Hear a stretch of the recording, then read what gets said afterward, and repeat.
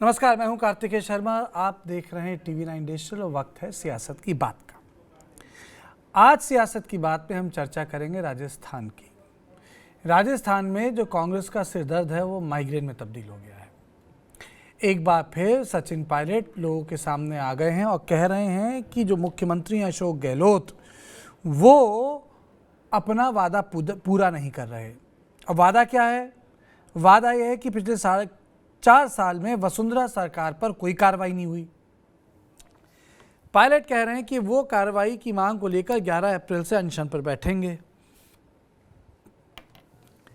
यानी जो व्यक्ति सरकार में उप मुख्यमंत्री रहा है और कांग्रेस में है, वो अपने ही मुख्यमंत्री के खिलाफ धरने पे बैठेगा, ये कह के कि भ्रष्टाचार पे आप एक्शन लीजिए। इसी लड़ाई में गहलोत वर्सेस पायलट में कांग्रेस के महासचिव जयराम रमेश ने सीएम गहलोत के संदर्भ में एक पत्र लिखा। पत्र में जयराम ने लिखा, मुख्यमंत्री के रूप में गहलोत के साथ राजस्थान में कांग्रेस सरकार ने बड़ी संख्या में योजनाएं लागू की है और नई पहल की हैं, जिसके लोगों ने गहराई से समझा है, वो उससे प्रभावित हैं। राजस्थान में भारत जोड़ो यात्रा राज्य में पार्टी संगठन के समर्पण और दृढ़ संकल्प संभव हुई, ये एक उत्कृष्ट सफलता है। कांग्रेस इन ऐतिहासिक उपलब्धियों और हमारे संगठन के सामूहिक प्रयासों के बल पर लोगों से नए जनादेश की मांग करेगी।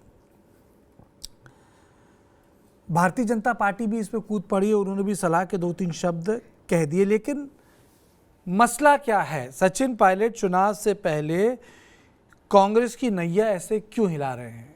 क्या वो वाकई मुख्यमंत्री बनना चाहते हैं? कैसे राज्य में जहां हर कोई कह रहा है कि कांग्रेस चुनाव हार जाएगी, वो इनकम्बेंसी इनहेरिट करना चाहते हैं क्या, या वो केवल सबक सिखाना चाह रहे हैं? आइए पहले सुनते हैं सचिन पायलट ने क्या बोला, प्रताप सिंह खाचरियावास ने क्या कहा, राज्यवर्धन राठौर का क्या कहना है, फिर इस पर हम चर्चा शुरू करेंगे। हमारे विरोधी इस भ्रम को फैलाने की भी कोशिश कर सकते हैं कि कहीं कोई मिलीभगत तो नहीं है, क्योंकि कांग्रेस के पिछले कार्यकाल में भी जब हमने 22,000 करोड़ का घोटाले का आरोप लगाया था, उस समय कांग्रेस सरकार ने भी एक माथुर आयोग का गठन किया था। लेकिन न्यायालय ने कहा कि जो गठन हुआ है आयोग का, वो प्रॉपर तरीके से नहीं किया गया, उसमें कोई लीगल कमियां रह गई थी और उसको खारिज कर दिया। तो ये भ्रम भी फैलाया जा सकता है विरोधियों के माध्यम से। हमारे विरोधी बोल सकते हैं कि भाई ये तो मिलीभगत यहाँ पर हो रही है। और वसुंधरा जी का कार्यकाल हम सब ने पब्लिकली कहा कि राजस्थान सरकार का सबसे भ्रष्ट कार्यकाल था, और तमाम प्रकरण सामने आए, उसकी लिस्ट मैं आप लोगों को अभी देता हूं। तो इस धारणा को तोड़ना, प्रभावी तरीके से तोड़ना कि कहीं ऊपरी मिलीभगत तो नहीं थी, बहुत जरूरी हो गया, क्योंकि चुनाव में अब सिर्फ 6-7 महीने का समय रह गया है। आप जानते हैं कि भारत सरकार ईडी, सीबीआई, इनकम टैक्स, तमाम एजेंसीज का दुरुपयोग कर रहा है, और ये पूरा देश जानता है, इस बात को संपूर्ण विपक्ष बोलता है, हम लोग भी बोलते हैं कि एजेंसीज का दुरुपयोग किया जा रहा है भारत में। और 95% जो छापे, नोटिस, कार्रवाई हो रही है ईडी के माध्यम से, वो विपक्षी नेताओं के ऊपर हो रही है। इसको लेकर विपक्ष की तमाम पार्टियां न्यायालय तक भी गई हैं। तो एक तरफ तो केंद्र सरकार एजेंसीज का दुरुपयोग कर कर जो कांग्रेस की लीडरशिप है उनको टारगेट कर रही है। अब फर्जी केस बनाए जा रहे हैं, चाहे वो नेशनल हेराल्ड का केस है, चाहे वो यंग इंडियंस का केस है, और मुकदमों में, केसों पे सुनवाई हो रही है, पेशी लग रही है, समन्स आ रहे हैं, नोटिस आ रहे हैं। एक तरफ तो वो ऐसा काम कर रहे हैं, और राजस्थान सरकार जो हमारी अपनी सरकार है, यहाँ पर जो हमारे एजेंसी संसाधन हैं उनका हम ना तो सदुपयोग करें ना उपयोग कर रहे हैं। तो ये बड़ा विचित्र मामला था, इसको लेकर बहुत मैं चिंतित था। मैंने ये प्रकरण साल भर से ज़्यादा हो गया, तो आज मैं चाहता हूं कि ये बात पब्लिक डोमेन में जाए, क्योंकि कांग्रेस कार्यकर्ताओं को लगना नहीं चाहिए, पब्लिक को लगना नहीं चाहिए कि हम लोग कहते कुछ है, करते कुछ है। पायलट जी कांग्रेस पार्टी के सीनियर लीडर हैं, उनके लिए राहुल गांधी जी का बयान आया, उनका मेरी एसेट है, हमारे एक्स प्रेसिडेंट है पार्टी के, स्टेट के। जब वो पार्टी के अध्यक्ष थे, मैं जिलाध्यक्ष जयपुर का था, हमने दोनों ने मिलकर संघर्ष किया, आंदोलन किए, और अभी भी इस फंक्शन में भी थे वो यहाँ पे। पायलट साहब ने क्या बात कही है? यही तो कहा कि बीजेपी के शासन में जो घोटाले हुए उनको लेकर हमने सबने डिसीजन लिया था, सरकार बनने से पहले इनकी जांच कराएंगे, सच्चाई जनता के बीच में लाएंगे और बीजेपी की सरकार ने घोटाले किए हैं वो सच्चाई सामने आनी चाहिए, दोषी लोगों के खिलाफ कार्रवाई होनी चाहिए, यही तो बात कही। और राहुल गांधी जी भी यही कह रहे हैं कि ज्वाइंट पार्लियामेंट कमेटी बनाओ, कांग्रेस की ये आवाज़ है, ज्वाइंट पार्लियामेंट कमेटी बननी चाहिए, अडानी घोटाले की जांच होनी चाहिए।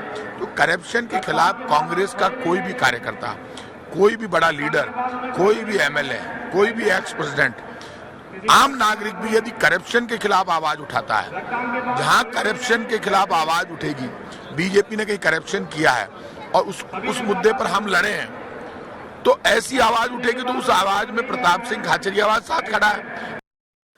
राजस्थान, भारतीय जनता पार्टी के राजस्थान से आने वाले एक बड़े नेता गजेंद्र सिंह शेखावत जी के ऊपर एक जांच चल रही है संजीवनी घोटाले पर।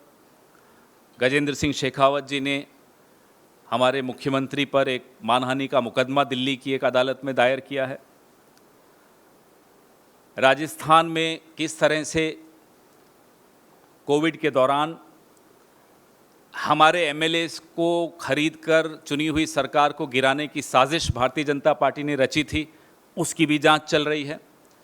तो ये कहना ठीक नहीं होगा कि जांच नहीं हो रही, जांच हो रही है। और किसी को भी अगर शिकायत है तो उन्हें हमारे वहाँ महासचिव जो हैं, प्रभारी महासचिव, उनके संज्ञान में लाना चाहिए। लेकिन जांच शेखावत जी के पर जो जांच हो रही है उसके विषय में पहले भी मैंने खुद यहाँ प्रेस वार्ता करके आपको बताया था। हम ना केवल जांच कर रहे हैं, आपको समय समय पर बता भी रहे हैं कि वो जांच कहाँ तक पहुंची और आने वाले कुछ महीनों में आपको और भी जानकारियां मिलेंगी। 4 साल से अगर 1 या 2 व्यक्ति कांग्रेस के सत्ता का अनशन कर लेते तो राजस्थान बच जाता। ये इस समय इतने लंबे समय गुजरने के बाद में राजस्थान के अंदर इस तरह से कुर्सी का खेल रचा जा रहा था, सत्ता का खेल रचा जा रहा था, और उस सत्ता के खेल में जिस जनता ने उन्हें सत्ता पे बिठाया उस जनता को पूरी तरह से उसका तिरस्कार करा जा रहा था। कहां हो रही है, और वो करें रसाकसी, मुक्केबाजी करनी है, कुश्ती करनी है, कबड्डी करनी है, करें ना। हमारी क्यों वो पूरे राजस्थान की हालत क्यों खराब कर रहे हैं। और मैं आपको बताऊं कि इस वक्त हमारे पैनल में हमारे साथ मौजूद हैं हमारे पॉलिटिकल एडिटर ब्रजेश पांडे, पंकज कुमार हमारे एग्जीक्यूटिव एडिटर, अतर हुसैन राजनीतिक विश्लेषक, अरविंद जय तिलक जी राजनीतिक विश्लेषक, और हमारे साथ विनोद पाठक जी वरिष्ठ पत्रकार और राजेश कसेरा जी वरिष्ठ पत्रकार मौजूद हैं। सबसे पहले मैं जाना चाहूँगा राजेश कसेरा जी के पास। ये सचिन पायलट का एग्जिट प्लान है या केवल गाल लाल कर रहे हैं गहलोत के, या भारतीय जनता पार्टी की दिल की बात सुन ली और वसुंधरा राजे पे हमला बोल दिया, क्योंकि वहाँ भी बहुत लोग नहीं चाहते कि वसुंधरा राजे टिकी रहें। ये 3 चीज़ों में से सबसे ज़्यादा क्लोजर टू ट्रूथ क्या है कसेरा जी?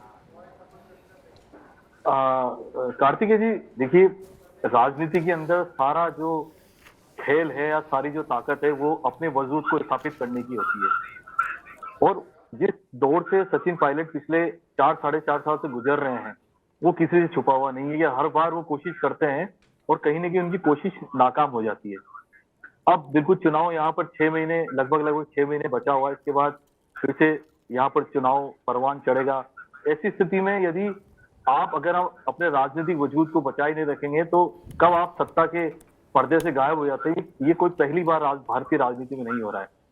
अभी फिलहाल स्थिति ये है कि गहलोत सरकार ने जिस तरह से पिछली सारी आपदाओं को झेला है, उसके बाद हाल के अंत में जब आखिरी बजट आया तो उन्होंने पूरी ताकत झोंक दी उसके अंदर और जनता तक ये मैसेज कम्युनिकेशन करने की कोशिश की कि सरकार उनके हित में है। चाहे वो राइट टू हेल्थ पर डॉक्टरों को मना लेना हो, एक साथ 19 जिलों की घोषणा करना हो, 3 संभाग बनाना हो, बजट को लोक लुभावना बना हो, चिरंजीवी योजनाएं 25 लाख रुपए तक बढ़ा देना हो, महिलाओं को सब्सिडी के लिए 500 रुपए का सिलेंडर देना हो, तो उन्होंने जनता के बीच मैसेज कम्युनिकेट करने की कोशिश की अशोक गहलोत ने, जो पूरी तरह से जनता के बीच है और जनता को राहत देना चाहते हैं और फिर से सत्ता में आना चाहते हैं।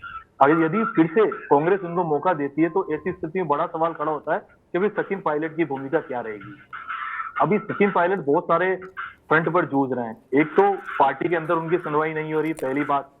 दूसरा, आगे यदि फिर से कांग्रेस सरकार में वापसी करती है तो उनकी भूमिका क्या होगी। तीसरी और सबसे बड़ी बात, यदि वो पार्टी से अलग होते हैं तो किसके साथ खड़े हों और फिर से प्रदेश के अंदर जो मेहनत उन्होंने 5 साल की है उसको लोगों तक बीच लेकर जाए। ऐसी स्थिति में उनके सामने एक रास्ता ही बचा है कि पार्टी के अंदर रहकर अशोक गहलोत के सामने भी खड़े हो जाए और अपनी बात को भी वो तार्किक रूप से ये प्रस्तुत करने की कोशिश करे कि हाँ, मेरा वजूद है और मैं कांग्रेस के जरिए ही अपनी बात को पूरी ताकत के साथ रखना चाहता हूं। लेकिन जब से कल से उन्होंने घोषणा की है, उनके आसपास ऐसा कोई दूसरा प्रभावी परिणाम नजर नहीं आ रहा जिससे सामने आ पाएगा सचिन पायलट इस ताकत के साथ पूर्व सरकार के घोटालों को उजागर करना चाहते हैं, वो धरातल पे मजबूती से सामने आ पाए। जी कार्तिकेय। पाठक जी, लेकिन अगर ये इस तरीके से धरना प्रदर्शन करेंगे तो काम होगा नहीं, क्योंकि जितना आप धरना प्रदर्शन करेंगे उतने ही अपनी अपनी चॉइसेस कम कर लेंगे। चॉइस कम कर लेंगे तो आपकी पॉलिटिकल मैन्यूवरिंग की जगह नहीं होगी। तो ये क्या पार्टी को चॉइस करने के लिए मजबूर कर रहे हैं? और दूसरी चीज, चॉइस की जा सकती भी है नहीं इस मुकाम पे? देखिए, काफ़ी देर हो गई है। पायलट ने पिछले करीबन 4 साढ़े 4 सालों में काफ़ी प्रेशर पॉलिटिक्स खेलने की कोशिश की। भले वो जुलाई 2020 की बात हो जब वो 19 विधायकों को लेके मानेसर चले गए थे और पूरी सरकार जो है वो होटल में बंद हो गई थी। और उसके बाद पिछले साल भी आपको याद होगा जब बिल्कुल अशोक गहलोत जी जो है राष्ट्रीय अध्यक्ष बनने वाले थे कांग्रेस के, और कोई एक ऐसा मैसेज लेके आए थे सचिन पायलट की बस वही अब मुख्यमंत्री बन जाएंगे। तो उस दौरान भी एक लग रहा था कि सत्ता परिवर्तन हो जाएगा, पर कुछ ऐसा, क्योंकि आप मानते हैं कि जादूगर है अशोक गहलोत जी राजनीति के और बड़ा दूरदृष्टि से देखते हैं। जादूगर है या नंबर है असेंबली में? नहीं, नंबर तो है ही। नंबर तो देखिए, अगर सचिन पायलट उस वक्त लेके आ जाते तो शायद उसी वक्त सत्ता परिवर्तन हो जाता 2020 में। पर अब लग रहा है कि काफी देर हो गई है। अब खाली एक जो आप कह रहे थे गाल लाल करने वाली बात है, ईगो की बात आ गई है। और सचिन पायलट कहीं ना कहीं हिम्मत नहीं जुटा पा रहे हैं कांग्रेस से अलग होने की। वो बार बार सिर्फ एक प्रेशर पॉलिटिक्स में चले जाते हैं और अभी चुनाव नजदीक आ रहा है तो वो अपनी अहम भूमिका ढूंढ रहे हैं कि किस तरीके से जो कैंडिडेट्स का सिलेक्शन होगा उसमें उनकी भूमिका रहे, उनके जो गुट के जो बाकी नेता हैं उनको कैसे टिकट मिले। तो फिलहाल तो ये सिर्फ एक प्रेशर पॉलिटिक्स है और इसको एक मैनेज करने के लिए या इसको बैलेंस करने के लिए कांग्रेस ने अभी कल से ही पूरी अपनी ताकत झोंक दी है। तो ये अब कल पता चलेगा कि कितने लोग सचिन के साथ खुल के आते हैं और कांग्रेस कितने लोगों को मैनेज कर लेती है। फिलहाल तो सचिन ने वो 2020 वाली एक टैक्टिक्स यूज की है कि मेरे साथ कोई ना आए, कोई मंत्री ना आए, शांत, मतलब बाकी लोग शांत रहें। तो वो पूरी तरह पावर दिखा भी नहीं रहे हैं और प्रेशर भी बना रहे हैं। तो मुझे लगता है कि ये प्रेशर अब कांग्रेस में अब चलने वाला नहीं है और सरकार जो है वो दबाव में नहीं आएगी। और चूंकि गहलोत जी ने पूरी तरह ग्रिप में लिया हुआ है और उन्हीं के नेतृत्व में ये चुनाव में कांग्रेस जाएगी राजस्थान। अरविंद जी, आपको क्या लगता है, जिसे कह सकते हैं कि ये उन्होंने बाहर जाने का रास्ता चुना है या केवल एम्बैरेस करने का रास्ता चुना है? क्योंकि अशोक गहलोत मुख्यमंत्री राजस्थान के इसलिए हैं क्योंकि उनके पास विधायक हैं, इसलिए नहीं है कि इस वक्त उनको 10 जनपद पसंद करता है। वो अपनी ताकत से हैं वहाँ। कार्तिकेय जी, जो पेड़ आंधियों में उखड़ जाते हैं वो ईंधन बन जाते हैं और जो पायलट साहब हैं वो ईंधन बनने को तैयार नहीं है। देखिए, उनकी चुनौती सिर्फ यही नहीं है कि अपने आप को स्थापित करना है, वो भविष्य की राजनीति को बहुत जो है गहराई से पढ़ भी रहे हैं, समझ भी रहे हैं। कारण क्या है कि अब हाई कमान के पास पायलट साहब को देने के लिए कुछ नहीं है। उन्हें एक भरोसा दिया गया था कि नहीं, आपको जो है गहलोत जी जब अध्यक्ष बन जाएंगे कांग्रेस के तो आपको सीएम बना दिया जाएगा। लेकिन न तो गहलोत जी अध्यक्ष बने न तो ये सीएम बने। देखिए, अब पायलट साहब की समस्या यहीं तक नहीं है। समस्या ये है कि आज की तारीख में मान लीजिए, ये तो लगभग ऐलान हो ही चुका है कि जो कांग्रेस वहां चुनाव लड़ेगी गहलोत जी के नेतृत्व में लड़ेगी, यानी जो टिकट का बंटवारा भी होगा वो पूरी तरह उसमें जो है गहलोत साहब की ही चलेगी। अगर मान लीजिए खुदा न खास्ते कांग्रेस जीत करके 23 में आ भी जाती है तो उस स्थिति में जिसके अधिक जो है उम्मीदवार लड़ेंगे, स्वाभाविक रूप से दावेदारी उसी की होगी। अब इनकी चिंता पायलट साहब की यह है कि अब तो हाल जो है वो ऐसा ही है। 2023 में अगर कांग्रेस वापसी करती है तो सर्वाधिक रूप से गहलोत साहब के ही लोग चुन करके आएंगे, यानी 2023 में भी ये दावेदारी लायक नहीं बचेंगे।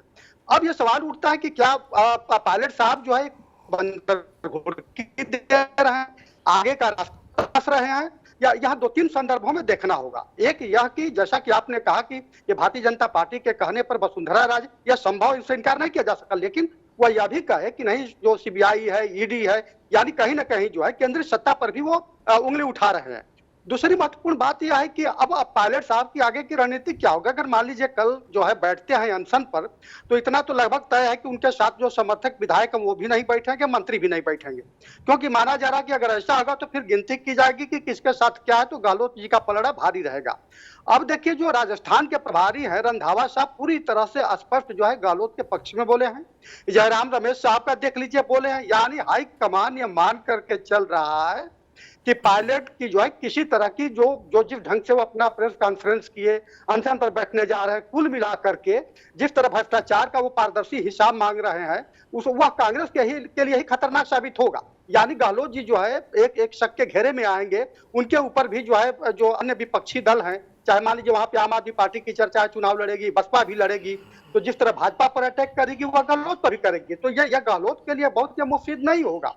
तो कुल मिलाकर के मुझे जहां तक लगता है कि एक आगे का रास्ता ये तलाश रहे हैं, लेकिन किसी निर्णय पर अभी नहीं है, क्योंकि वह जो है पूरी तरह से अभी नब्ज टटोल रहे हैं, क्योंकि पार्टी बनाने पर फायदा होगा, कांग्रेस छोड़ने पर फायदा होगा, लेकिन आज की तारीख में कांग्रेस में जो है उनका अपने को खुद जरूर लग रहा है कि ना तो आज उनका कोई खास भविष्य दिख रहा है, न तो 2023 में दिख रहा है। ये सारी स्थिति पर अभी थोड़ी नजर रखनी पड़ेगी। कार्तिकेय जी, नजर रखनी पड़ेगी। अतर जी, आप सबको सुन रहे थे, लेकिन इसमें एक मूल चीज का जवाब नहीं आ रहा। प्रॉम्प्ट क्या कर रहा है सचिन पायलट को? प्रॉम्प्ट क्या कर रहा है? क्या वो वाकई मुख्यमंत्री बनना चाहते हैं? वाकई एक ऐसे राज्य के मुख्यमंत्री बनना चाहते हैं जहां कांग्रेस एकदम उखड़ सकती है विधानसभा में? मुझको तो नहीं लगता। देखिए, Indian politics is all about probabilities, जो कहा जाता है, और हम कई प्रोबेबिलिटीज अगर डिस्कस करें तो उसमें तो एक बात निकल के आई है, जो हमारे खासतौर से जानकार जो राजस्थान से जुड़े हैं उन्होंने बात कही है कि पायलट साहब तलाश रहे हैं आगे का रोल, मतलब क्या होगा अगर गहलोत के नेतृत्व में चुनाव होगा तो सचिन पायलट जी का क्या आगे रोल होगा कांग्रेस पार्टी में, या टिकट की जो चयन प्रक्रिया है उसमें क्या होगा, और उनका क्या असर रहेगा फ्यूचर में, चाहे वो पार्टी हारे जीते, मतलब आने वाले जो दिनों की कांग्रेस पार्टी है राजस्थान में उनका क्या रोल। एक ये प्रोबेबिलिटी है जो कि मौखिक रूप से फेस वैल्यू पे यही दिख रहा है, बट कुछ जो हिडन प्रोबेबिलिटीज हैं उसमें मुझे लगता है ये तो बीजेपी की सेंट्रल लीडरशिप का भी काम कर रहे हैं, क्योंकि जो सेंट्रल लीडरशिप है वो कहीं ना कहीं इस मुद्दे पे उसको फायदा ही होगा। अगर पिछली सरकार जो भाजपा की रही और उसके घोटालों की जांच और वो फोकस में फिर से आएगा तो ऑब्वियसली टारगेट है वसुंधरा राजे, और वसुंधरा राजे जी ने जिस तरह से अभी अपने यहाँ पे जो बयानात दिए हैं और जो चैलेंज टू लीडरशिप के ऊपर सवाल रखा है कि अगर कुछ भी होता है तो उनके जो तेवर हो सकते हैं वो बदल सकते हैं, तो उसको भी कर्टेल करने के लिए ये फायदा करेगा सेंट्रल बीजेपी लीडरशिप को। तो कई प्रोबेबिलिटीज हैं, और मौखिक रूप से देखा जाए तो गहलोत जी के नेतृत्व में अब तय है कांग्रेस पार्टी चुनाव लड़ेगी, चाहे वो हारे या जीते, और वही चयन करेंगे सारे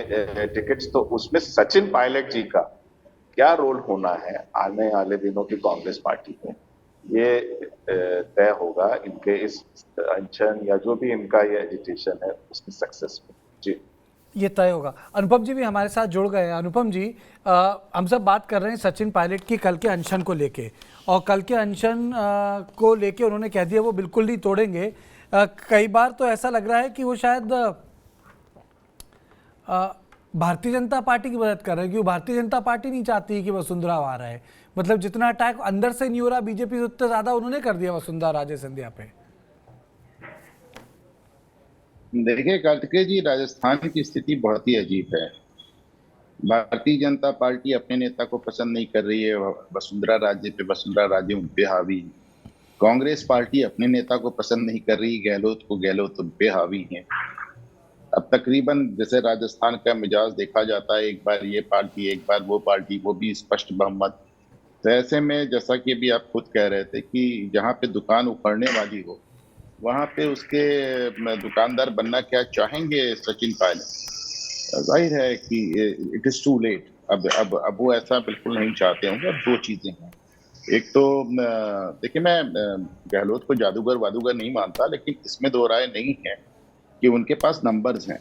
उनके पास नंबर्स हैं, अपनी पार्टी की सरकार के लिए भी नंबर्स हैं। उनके पास वो भी नंबर्स हैं कि वो सचिन पायलट को याद भी रख सकें, सचिन पायलट की महत्वाकांक्षा पे लगाम लगा सकें। जितनी बार सचिन पायलट ने अपनी हैसियत खुद जांच ली है पिछली बार, उनको अंदाजा है कि वो कितने पानी में हैं। लेकिन अब सचिन पायलट के साथ वही ले दे के एक कांग्रेस हाईकमांड जैसा एक फ्लेवर है उनका भी कि साहब एक सेंस ऑफ एंटाइटलमेंट, हमारे पास नंबर हो या ना हो, हम चुनाव जीते या जितवा सकें या ना जितवा सकें, लेकिन हम डायनेस्ट और हमारा कुछ हक बनता है। और इसको लेके वो लगातार हमलावर हैं। मुझे लगता है सचिन पायलट का इस समय जो एक हमलावर होना है उसका एक बहुत बड़ा कारण आने वाले चुनाव में टिकट डिस्ट्रीब्यूशन है।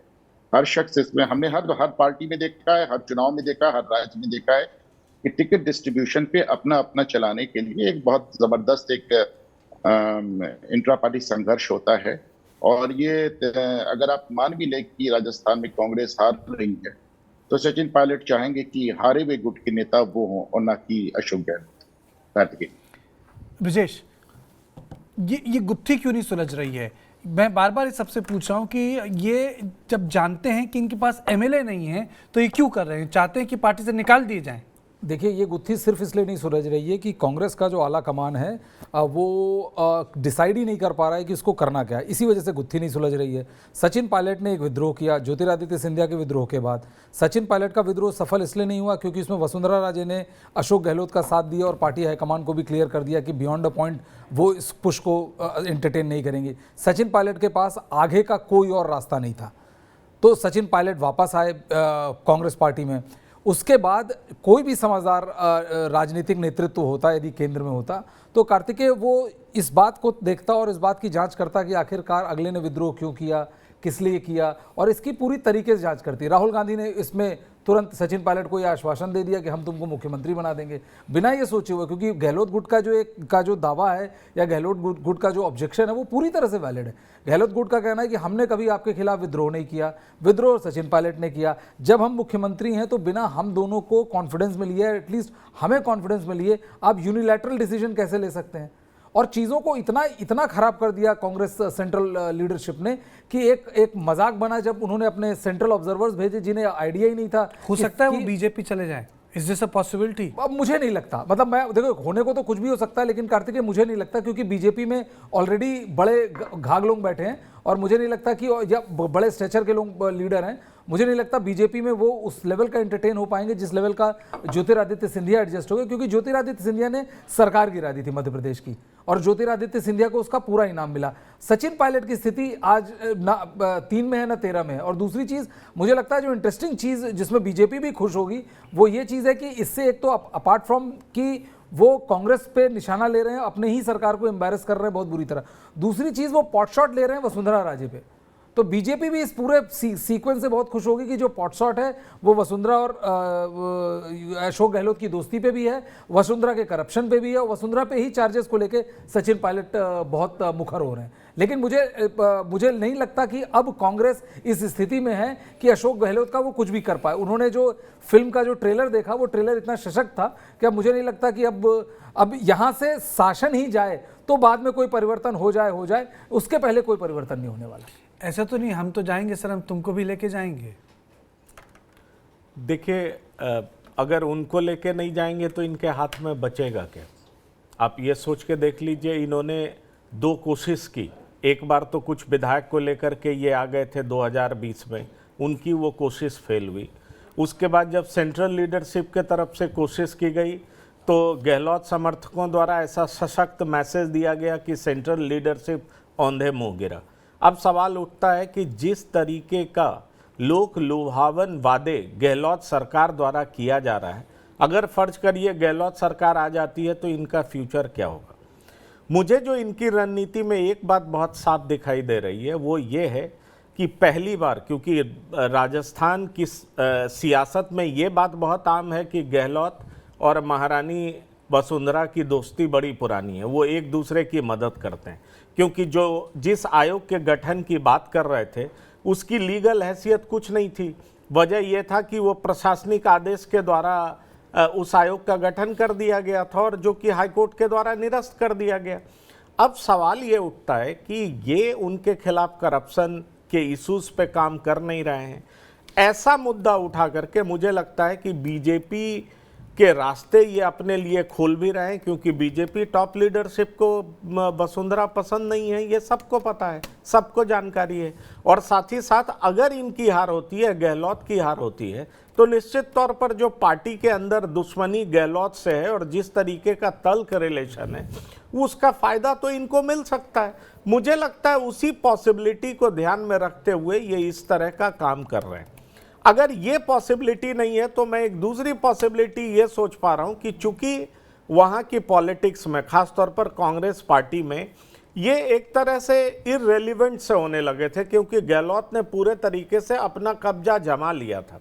भले ही राहुल गांधी ने कहा कि दोनों हमारे एसेट्स हैं, लेकिन अभी अगर टिकट का बंटवारा होता है तो इनके कितने लोगों को टिकट मिलेगा, कैसे इनको अकोमोडेट किया जाएगा, पार्टी जीतती है तो इनका फ्यूचर क्या होगा, क्योंकि 2020 में जब विद्रोह किया उसके बाद से इन्हें तो कुछ मिला नहीं। तो ये बहुत सारे ऐसे सवाल हैं जिनके ये जवाब तलाशने की कोशिश में है। लेकिन फिलहाल मुझे ये दिखाई दे रहा है कि कांग्रेस लीडरशिप जो पोस्चर बरकरार रख रहा है, क्योंकि आप वहाँ के जो इंचार्ज हैं उन्होंने साफ कह दिया कि इतनी कम उम्र में उन्हें क्या नहीं मिला है जो और चीज़ों की ज़रूरत है। जयराम रमेश का ट्वीट पढ़ लीजिए, वो गहलोत लीडरशिप की पीठ थपथपा रहा है। मतलब साफ है कि सेंट्रल लीडरशिप भी अपना मुंह उनके तरफ से मोड़ चुका है। ऐसी डिफिकल्ट परिस्थिति में अपने लिए वो क्या नया रास्ता तलाशते हैं, ये पूरी कवायद मैं उसी ओर देख रहा हूँ। एक आप सब लोगों को याद होगा 2017 में जब तीनों राज्यों में चुनाव जीते थे तो उसमें 3 फोटो आई थी और टॉल्स्टॉय को कोट किया था। एक में टी.एस. सिंहदेव थे और भूपेश बघेल थे, एक में दिग्विजय सिंह, कमलनाथ और ज्योतिरादित्य सिंधिया थे, और एक में सचिन पायलट और गहलोत थे, और उसके बीच में राहुल गांधी थे। सिंधिया वाली तस्वीर तो साफ हो गई, दोनों स्टेट में ट्रांजिशन नहीं हो पाया। सिंहदेव भी नाराज़ हैं अनुपम, और यहाँ सचिन पायलट भी नाराज़ हैं। वहाँ डी.के. शिव कुमार और सिद्धरमैया भी सिरदर्द कर रहे हैं। मतलब जिस राज्य में जाते हैं वहाँ 2 लोग हैं और सेंट्रल लीडरशिप इनकेपेबल है किसी भी तरह का लीडरशिप ट्रांजिशन कराने में। कार्तिकेय जी, मैंने पहले भी आप ही के चैनल पे कहा था कि हाई कमांड ना भाई बचा, ना कमांड बचा।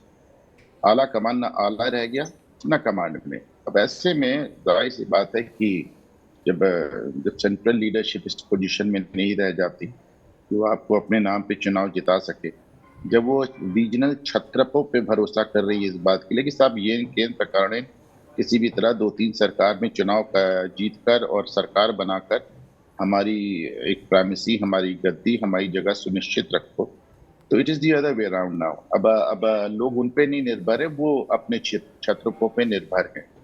अशोक गहलोत बहुत क्लियरली उन्होंने हर तरह से न सिर्फ सचिन पायलट को बल्कि गांधी परिवार को भी जता दिया है कि उनकी अभी राजनीति में राजस्थान में क्या हैसियत है, उनको डिसलॉज नहीं किया जा सकता। जहाँ तक सिंधिया का सवाल है, सिंधिया ने दिखाया है कि he is willing to wait. उन्होंने इंतजार करने की अपनी क्षमता दिखाई है और आपको वो मध्य प्रदेश में इंतजार करते हुए नजर आ रहे हैं। एक इनसिग्निफिकेंट से पोर्टफोलियो सेंटर में लेके बैठे हुए हैं और वो मध्य प्रदेश में अपनी पारी का इंतजार करने के लिए तैयार हैं। जहाँ तक सचिन पायलट का सवाल है, मैं फिर कहूँगा कि नंबर गेम्स में बुरी तरह हार चुके हैं। सेंस ऑफ एंटाइटलमेंट है, हाथ से जाने नहीं देना चाहते, लेकिन कहीं ना कहीं सचिन पायलट के दिमाग में ये बात भी हो सकती है कार्तिकेय जी कि शायद वो अब वो 2028 की तैयारी कर रहे हो। उन्हें मालूम है कि अगर अगली बार विपक्ष का नेता जो होगा वो कांग्रेस का मुख्यमंत्री चेहरा अगले चुनाव में होगा कार्तिकेय। लेकिन इसके बावजूद एक चीज़ साफ है कि आपने बोला ना कमांड हाई है ना स्ट्रांग है, ना कमांड हाई है ना स्ट्रांग है। इसके बावजूद एक चीज़ बहुत साफ है और ब्रिजेश, मैं चाहूँगा कि आप इसका जवाब दें, उसके बाद मैं दोबारा पैनलिस्ट के पास जाऊँगा, अतर जी के पास जाऊँगा। क्या कह सकते हैं कि गांधी एज फैक्शन लेवलर्स, उनकी वो ताकत ख़त्म हो गई है? जैसे कि आपको याद हो 1999 में नहीं, ये 2000 की बात है, जब सुशील कुमार शिंदे को पीसी चीफ बनाया और विलास राव देशमुख को मुख्यमंत्री बना दिया एक झटके में, और सुशील कुमार शिंदे को आपने आंध्र प्रदेश का गवर्नर बना के भेज दिया। तो वो जो एक ताकत थी कि आप फैक्शंस को प्ले कर सकें, वो ख़त्म हो गई है पूरी। अभी भी सिद्धरामैया और डीके के बीच में प्रतिद्वंद्विता कम नहीं है। चर्चा राजस्थान की है, लेकिन उदाहरण इसलिए दे रहा हूँ कि हर जगह 2 से 3 लीडर्स हैं, और अगर कोई एक हटता भी है उसमें से तो चुप नहीं रह रहा है, वो पार्टी तोड़ता है या उसका नुकसान कर देता है। देखिए, इसके तमाम सारे उदाहरण हैं कि कांग्रेस ने जो जो निर्णय लिए वो बहुत बेवकूफ़ाना साबित हुए उनके पॉलिटिकल करियर में। आप सबसे बड़ा उदाहरण देखिए कि जिस को आपने आंध्र प्रदेश का मुख्यमंत्री वाईएसआर के बेटे को नहीं बनाया और किरण कुमार रेड्डी को बनाया, आज हालत देख लीजिए, वो वहाँ राज्य की सरकार चला रहे हैं और किरण कुमार बीजेपी कांग्रेस छोड़ के बीजेपी में शामिल हो गए। पहले आपके पास पॉलिटिकल हेफ्ट था, लेकिन मुझे लगता है पिछले 3-4 सालों में कांग्रेस के हाईकमान के पास अब किसी भी प्रकार का कोई हेफ्ट नहीं बचा। अब हालत इस लेवल पे आ गई है कि शरद पवार को समझाना पड़ रहा है राहुल गांधी को कि यदि आप शिवसेना के साथ दोस्ती बनाए रखना चाहते हैं, एनसीपी के साथ दोस्ती बनाए रखना चाहते हैं, तो सावरकर के मुद्दे पे नहीं बोलिए, और जिस मुद्दे पे राहुल गांधी परिवार के सायन इतने मुखर थे, अब उन्हें चुप्पी साध लेनी पड़ती है। तो जब छोटे छोटे, आप बाकियों की तो छोड़ दिए, छोटे छोटे दल जो आपके सामने कोई हैसियत नहीं रखते थे, जब आपको पॉलिटिकल ज्ञान दे रहे हैं और पॉलिटिकल समझा रहे हैं और आपको वो उनकी बात माननी पड़ रही, तो आप ऐसा कैसे सोच सकते हैं कि जो क्षेत्रीय छत्रप है वो आपकी बात को बिना नफा नुकसान के आपकी बात मान लेगा। और दूसरी चीज़ क्या है कि आपका काम करने का रवैया भी इतना अजीबोगरीब है कि जिस पायलट ने बगावत का बिगुल बजाया, आपने उस पायलट को गारंटी दे दी कि हम तुम्हें चीफ मिनिस्टर बनाएंगे, बिना तमाम बाकी चीज़ें फैक्टर इन किए बिना। बादशाहत में चल सकती है, लेकिन उसके अलावा जब आज के डे एंड एज में जब आप अपने पॉलिटिकल पावर के एकदम सबसे वर्स्ट डिक्लाइन में हैं, उसके बावजूद इस तरह के फरमान, इस तरह का एक्शन, आप सिवाय आप अपनी बेइज्जती कराने के कहीं कुछ नहीं छोड़ा। और यही हाल आप स्टेट दर स्टेट देखते जाएंगे। तो या तो पूरी तरह से आप अगले 1-2 साल में पॉलिटिकली मटियामेट हो जाएंगे, या आपकी जगह किसी और को आना पड़ेगा। नहीं अतर जी, इस पर जैसे ब्रिजेश बोल रहे थे कि पॉलिटिकल मटियामेट हो जाएंगे, लेकिन पॉलिटिकल मटियामेट से पहले एक चीज़ है, आपकी स्टेट यूनिट्स हैं, और स्टेट यूनिट्स आपकी बात ही नहीं सुन रही हैं। कहने का मतलब है कि भाई आपने भारत जोड़ो यात्रा की थी कांग्रेस के वर्कर्स को एकत्रित करने के लिए, उसका एक दूसरा लेवल होता है लेजिस्लेटिव असेंबलीज, उसका एक दूसरा लेवल होता है आपके पार्लियामेंटेरियंस, दूसरा लेवल होता है राज्यसभा के लोग। आपकी कोई बात ही नहीं सुन रहा है। देखिए, कांग्रेस पार्टी, चाहे हम अगर 2019 का लोकसभा का चुनाव का नतीजा लें और उसके बाद तमाम जो सूबों में चुनाव रहे, तो एक बड़ी पॉलिटिकल ताकत है। हाँ, पर ये जरूर है कि कोई उसकी जो कमियां हैं वो बरकरार हैं, और जिसकी वजह से वो ताकत मुस्तकिल कमजोर हो रही है, वो भी सिलसिला भी रुक नहीं रहा। पर हम इसको बिल्कुल ही नकार नहीं सकते कि कांग्रेस अभी पॉलिटिकली हिंदुस्तान में रेलेवेंट है या नहीं है। इस चीज पे अभी डिबेट नहीं है। बात है, अगर हम राजस्थान के संदर्भ में बात कर रहे हैं, तो वहाँ की जो स्टेट लीडरशिप हमेशा से पोस्ट इंदिरा गांधी की, मैं समझता हूँ, जब जो आला कमान की जो बात हो रही थी, जो हैसियत थी, वो ट्रांजिशन हुआ है कांग्रेस। वहाँ पे हमेशा सूबे के जो लीडर्स थे उनका वर्चस्व था। मतलब ये एक दौर था, उत्तर प्रदेश के लिए कहा जाता है कि यहाँ पे नारायण दत्त तिवारी जी जब मुख्यमंत्री थे, और जब यहाँ पे ट्रांजिशन हुआ और वीर बहादुर सिंह को जब मुख्यमंत्री बनाया गया, तो ये बहुत ही चर्चा में था कि राजीव गांधी जी किसी एक महफिल में सीएम नारायण दत्त तिवारी जी के पीठ के ऊपर हाथ रखते हैं और कहते हैं, तिवारी जी आप जरा भूलने ज्यादा लगे। तो ये उसी ही दिन ये सबको पता चल गया था जो शाम को वहां आसपास थे कि इनका ये चले गए हैं, नया कोई सीएम आएगा। तो इस तरह से ट्रांजिशन होते थे, वो एक आला कमान की हैसियत होती। बट अब वो दौर नहीं है कांग्रेस पार्टी में।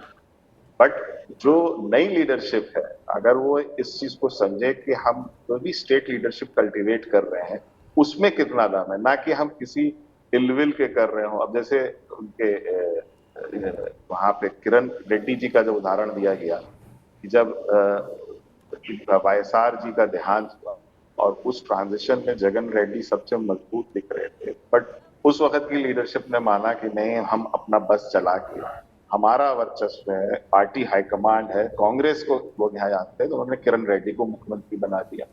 तो उस तरह के जो फैसले हुए उसने आज यहाँ तक पहुंचाया है। बट अगर ये चयन सही रहता है कि कौन दमदार है, जैसे राजस्थान में ये बात साफ आ गई कि गहलोत जी जो हैं वो दमदार हैं कई मायने में, चाहे वो संगठन का मामला हो, चाहे वो एक एडमिनिस्ट्रेटिव उनकी जो पकड़ है सरकार पे और जो उनका तजुर्बा है, तो कई ज्यादा सचिन पायलट ज्यादा है। तो वो आज अगर उनपे अपना वो रख रहे हैं, उनको बैक कर रहे हैं, जैसे आपने कहा स्टोरी में कि जयराम रमेश जी का भी ट्वीट आया और पूरी बैकिंग है, तो वो कहीं ना कहीं संकेत है कि वो गहलोत जी को लेके चलेंगे। और इसी तरह अगर कर्नाटक में उन्होंने ये तय कर लिया है कि अच्छा जी, गहलोत जी को लेके चलेंगे या गहलोत जी के पीछे चलेंगे? अब ये तो वही वाली बात है कि ग्लास आधा भरा है या खाली है, बट आइदर वे होना वही है, और वो लेके चले या उसके पीछे चले, तो गहलोत जी ही इस वक्त वहां का फेस है। और मैं समझता हूं कि कर्नाटक में भी कोई बड़ी दिक्कत नहीं आएगी जब एआईसीसी प्रेसिडेंट खड़गे हैं, और वो एक बड़ा मैसेज है। और चाहे वो शिव कुमार हो, चाहे सिद्धारमैया हो, और भी तमाम कई हैं, ये दो नाम के अलावा भी, बट ओवरऑल वहां पे खाड़गे ही जी आप देखिएगा बड़े फैसले लेंगे। तो इस तरह से वो एक कल्टीवेट हो रही है स्टेट टू स्टेट एक स्ट्रॉन्ग लीडरशिप, और वो ट्रांजिशन है, देखते हैं उनको ये कहां तक आगे जाता है। ठीक है, अब नंबर की बात करते हैं। कसेरा जी, आपके हिसाब से कितने नंबर हैं सचिन के पास? देखिए, जितने हम पिछले कई दिनों से सचिन के पक्ष में यदि किसी विधायकों की बगावत वाले सुर सुनते हैं या जो एक आरोप सचिन पायलट पे ये भी लगता है कि सचिन पायलट के पास पत्रकार ज्यादा हैं और विधायक कम है। जी देखिए, ये तो सियासत का तरीका है कि आप किस चीज को किस तरह से प्रस्तुत करते हैं। ये तो अब आप आजकल बहुत आसान है मीडिया के ऊपर थोप देना। पूरे देश के अंदर मीडिया को किस तरह से प्रस्तुत किया जाता है ये किसी से छिपा नहीं है। लेकिन फिर भी अगर हम आज ताजा स्थिति में राजस्थान के संदर्भ में अगर नंबर की बात करें तो मुश्किल से 5 या 10 विधायक ऐसे हैं जो सीधे तौर पर पायलट के समर्थन की बात करते हैं और ये मान के चलते हैं कि वो उनके लीडर हैं और वो उनके साथ जुड़कर बात करना चाहते हैं। लेकिन जब भी उन ऐसे लोगों को जब गहलोत ने अवसर दे दिया और उनको सत्ता सौंप दी, तो वो भी कहीं ना कहीं जब मौका मिलता है तो वो थोड़ा सा एक कदम पीछे कर लेते हैं, क्योंकि उनको भी मालूम है कि आगे उनको भी जाना है। अब पायलट का साथ हो तो सही, ना हो तो भी सही। ठीक है, यानी आपके पास आपका कहना ज्यादा नहीं है। विनोद जी, ऑप्शन है पायलट के पास आम आदमी पार्टी जाना? लगता नहीं है, क्योंकि आम आदमी पार्टी का कोई बेस नहीं है राजस्थान में, और किसी ऐसी पार्टी जिसका कोई बेस नहीं है सचिन नहीं जाना चाहेंगे। अगर वो कांग्रेस से अलग होते हैं तो निश्चित रूप से अपनी पार्टी बनाएंगे।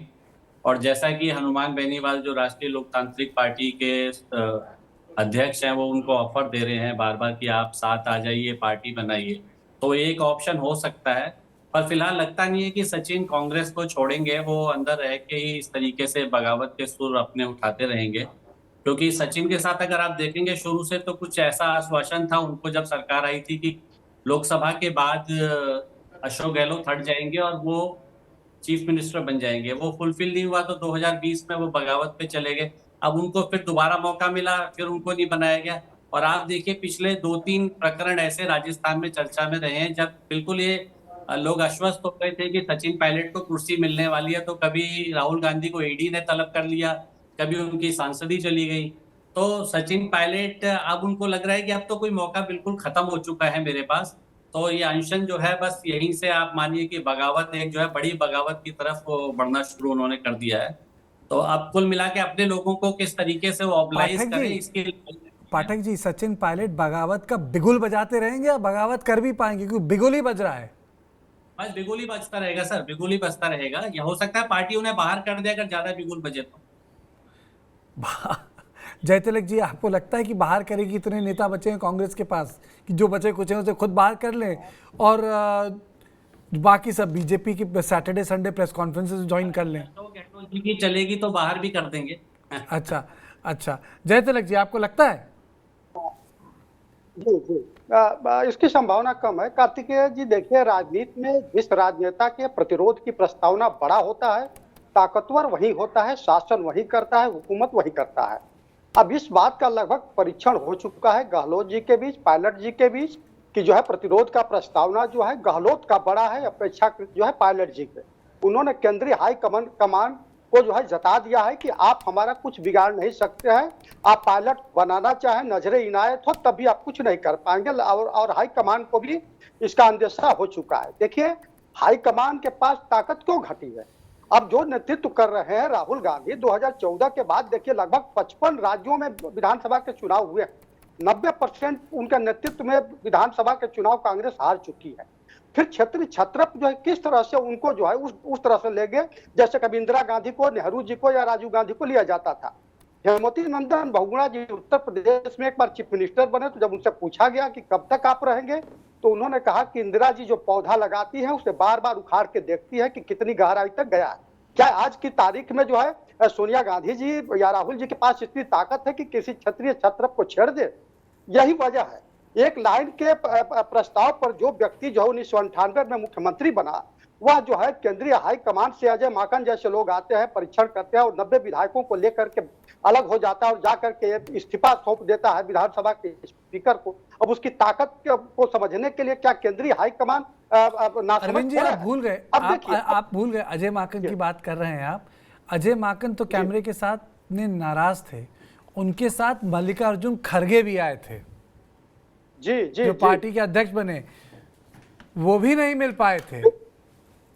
हाँ बिल्कुल बिल्कुल। तो इस ताकत को कार्तिकेय जी, दूसरी चीज देखिए, अब पायलट जी के पास जो है कांग्रेस की हार में ही उनके जीत का जो है एक रोशनी दिखती है। अब उनका पूरी कोशिश है कि यहाँ पे कांग्रेस जो है बुरी तरह से पराजित होने के बाद ही जाकर के जो है गहलोत का जो एक बहुत बड़ा मुलम्मा है, उनका आभा है, औरा है, वह जो विधायकों पर से टूटेगा, कार्यकर्ताओं पर से टूटेगा, तब जाकर के अपने आप को स्थापित कर पाएंगे। तो इनकी पूरी कोशिश होगी, क्योंकि वो समझ गए हैं कि केंद्र हाईकमान से कुछ मिलने वाला नहीं है। जो दमखम लगा करके अर्जित करना है, अपनी पूंजी बढ़ानी है, तो अपने दमखम पर। तो यह तभी संभव हो पाएगा जब यहाँ पे कांग्रेस हारे। और अभी वह जो मुझे नहीं लगता है कि चुनाव से पहले जो है कोई बहुत बड़ा जो है ये रास्ता अख्तियार करने वाले हैं, अगर कुछ बहुत बड़ी अनहोनी न होता। कार्तिकेय जी, अनुपम जी ये कह रहे हैं कि हारें, लेकिन हारने के लिए बचेगा क्या? क्योंकि पिछली बार जब हारे थे तो मेरे ख्याल से 30 से नीचे थी, इस बार लोग कह रहे हैं कि 20 से नीचे चले जाएंगे, तो बचेगा क्या? मतलब हार जीत को घर को आग लगा के तो हार जीत होगी नहीं। नहीं, देखिए राजस्थान में इस तरह के स्वीपिंग रिजल्ट, राजस्थान तमिलनाडु 2 राज्य ऐसे हैं जिसमें हमने देखा है कि ऑल और नथिंग वाला गेम होता है। लेकिन आप ये भी देखें कि कांग्रेस हाईकमान के पास ऑप्शंस क्या है। अब मतलब ठीक है, आपने देखा कि जब पिछली बार बगावत हुई थी तो खड़गे गए थे, जांच की थी, 3 लोगों को नोटिस दी गई थी, 3 लोगों को नोटिस दी जाती है और एक टाइम बाउंड समय में उस नोटिस का जांच पूरी करने की बात कही जाती है। आज इतने दिन हो गए, उस नोटिस कहाँ गई? किसी ने जवाब तक देना उसका उचित नहीं समझा।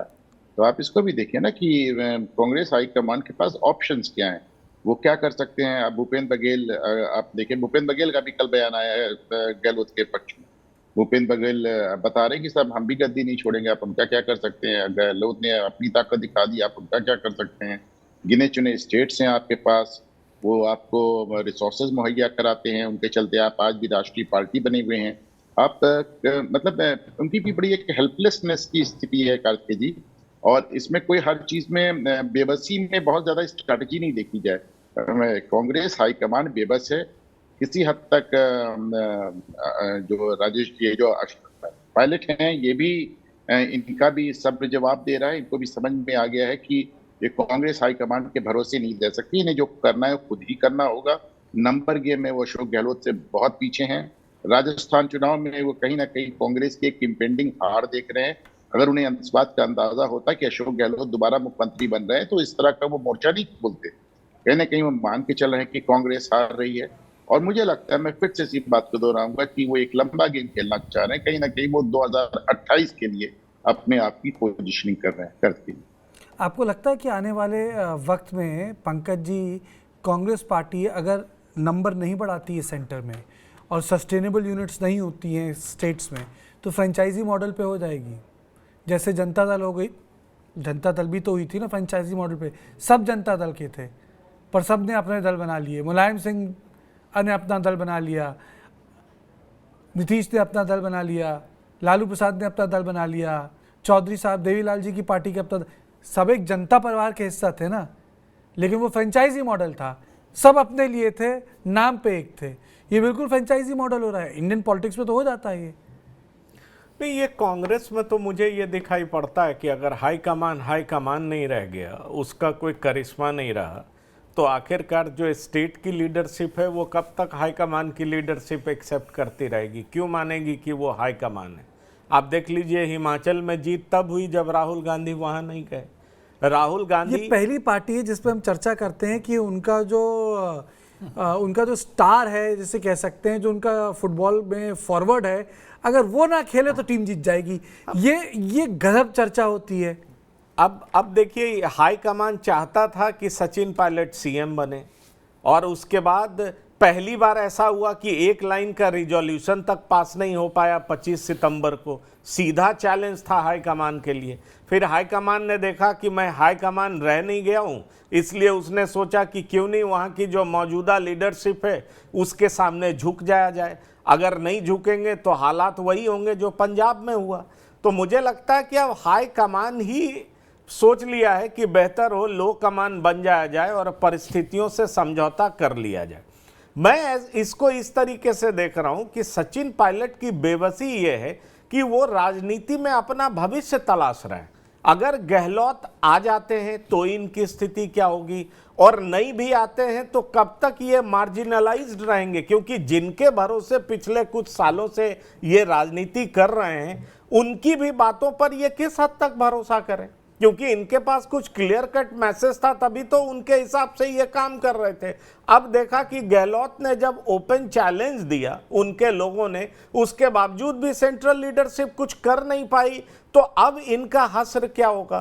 तो मुझे ये समझ में आता है कि पार्टी में पहले अपनी पोजीशनिंग के लिए, अपने लोगों को साथ साधे रखने के लिए, और अगर ऐसा नहीं हो पाता है तो इन्होंने एक ऐसा दांव चला है जिससे कांग्रेस कम और बीजेपी ज्यादा खुश होगी। खासतौर पर बीजेपी भी इस समस्या से जूझ रही है, जो उसका एस्टेब्लिश लीडरशिप है उसको यहाँ बीजेपी का हाईकमान पसंद नहीं करता है। तो अगर यहाँ के रास्ते बंद हुए तो उधर के रास्ते खुल सकते हैं। मुझे लगता है ये तो वो उस भाषा का इस्तेमाल कर रहे हैं जो बीजेपी के कई लोग पसंद करते होंगे। भाई बीजेपी भी तो एकदम जिसे कहते हैं त्रस्त है वसुंधरा जी से, वो नाम हिलने का ले ही नहीं रही हैं। वो अपनी रैली करती हैं अपने बर्थडे पे।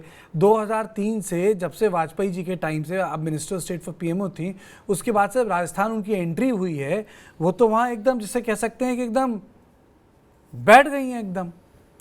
नहीं, वो बैठ गई हैं, पर बीजेपी की इकलौती नेता है ना जो सेंट्रल लीडरशिप को बार बार चुनौती दे रही है, खास तौर पर तब जब पोस्ट 2014 कोई सोच भी नहीं सकता है, फिर भी उनकी मर्जी के बगैर वो बैठी हुई हैं। मुझे लगता है कि बीजेपी के लिए इससे बेहतर क्या होगा, अगर आप फर्ज करिए बीजेपी आ भी जाती है और इनका इमेज पूरा मलाइन हो जाता है, ये ऐसा कर पाने में ये सफल हो जाते हैं, तो क्या बीजेपी सेंट्रल लीडरशिप को ये नहीं भाएंगे? निश्चित तौर पर भाएंगे।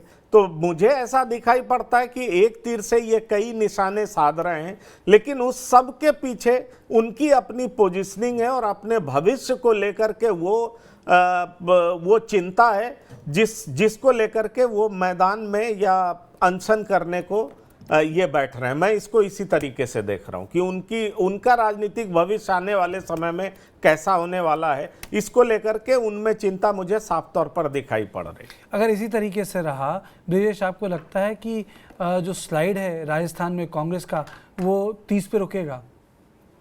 नहीं, हालत तो कांग्रेस की बहुत ज़्यादा ख़राब है, इस चीज़ में कोई दो राय नहीं है। और जो ये दोनों के बीच लड़ाई हो रही है सचिन पायलट और अशोक गहलोत की, वो हालत को और ख़राब कर रही है। जो कांग्रेस के लिए थोड़ी बेहतर खबर यह है कि कमोबेश यही हालत बीजेपी में भी है। लेकिन बीजेपी में एक चीज़ की क्लैरिटी है कि जो डाउट है, जो प्रॉब्लम है, वो वसुंधरा की लीडरशिप को लेके हो सकती है, लेकिन वहाँ हाईकमान की तो पूरी तरह से चलती है।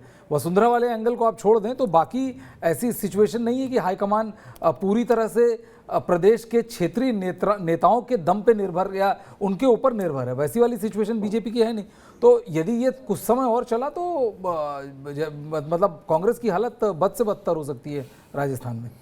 देखिए, प्रोग्राम के अंत में बस मैं केवल एक ही चीज़ कहना चाहूँगा कि जो सचिन पायलट कर रहे हैं वो हो सकता है कल आराम से करें, लीडरशिप उसे इग्नोर कर दे, लेकिन उसको अशोक गहलोत नहीं इग्नोर करेंगे और ये सिलसिला यहाँ रुकेगा भी नहीं। जिस तरीके से उनके टेप्स ऑलमोस्ट आउट हो गए थे, पब्लिक डोमेन में आने की बात हो गई थी, फिर बाद में उन्होंने इंटरव्यू में बोल दिया था कि हमारी सरकार को पटकने की कोशिश कर रहे हैं।